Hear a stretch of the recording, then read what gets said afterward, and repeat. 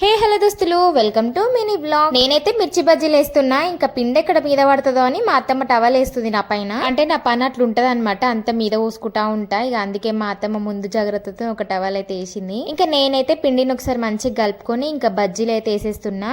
ఇట్లా ఒక సైడ్ పిండి రాకుండా వేసుకోవాలి, అప్పుడే మిరపకాయ అనేది మంచిగా కాలుతుంది. నేను చాలా వీడియోస్ లో కూడా చెప్పిన కదా, పిండి అనేది కొంచెం గట్టిగా ఉంటేనే ఇట్లా మంచిగా మిరపకాయకి అయితే పడుతుంది అనమాట పిండి అనేది. ఇంకా కడాయి నిండా వేసేసుకున్నా, పట్టుమంటున్నాయి మిరపకాయ ఇత్తులు ఉన్నట్టున్నాయి. రెండు సైడ్లు మంచిగా గాలుతున్నాయా లేదా అని చూసుకోవాలి, లేకపోతే ఒక సైడ్ కలర్ వచ్చేసి ఇంకో సైడ్ తెల్లగా ఉండిపోతే. ఈ మిరపకాయ బజ్జీలు అట్లనే డైరెక్ట్ తినకుండా దాంట్లో కొంచెం ఉల్లిపాయ, ఇంకా మిక్చర్, పల్లీలు అవన్నీ వేసుకొని తింటే ఇంకా సూపర్ ఉంటాయి. చూస్తుంటేనే నోరు ఊరుతుంది కదా అన్నట్టు నేను పునుగుల వీడియో పిండి ఎట్లా కలుపుకోవాలనేది లాంగ్ వీడియో తీసిన. మీకు ఇంట్రెస్ట్ ఉంటే కింద నేను ట్యాగ్ చేస్తా, ఆ వీడియో చూడండి. మిర్చి బజ్జీలు అయితే రెడీ అయిపోయినాయి, ఇంకా హోటల్లోకి వెళ్ళిపోతున్నాయి. ఉంటాం అలా, బాయ్.